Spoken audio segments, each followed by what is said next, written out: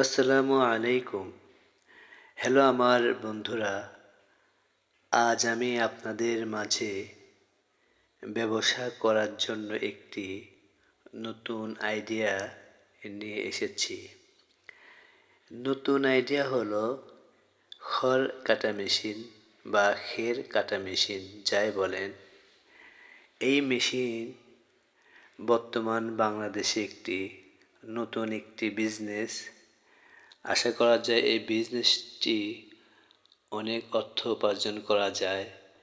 আমি এ পর্যন্ত যত জায়গায় এই মেশিনগুলো দেখেছি, তারা ৪-৫ জন মিলে এই মেশিনের যে প্রোডাক্টটা কাটা হয় সাপ্লাই দিয়ে সময় পায় না বা অনেক ব্যস্ত থাকে। যাই হোক, যারা এই মেশিন নিয়ে ব্যবসা করছেন বর্তমানে তারা সবাই লাভবান হচ্ছে।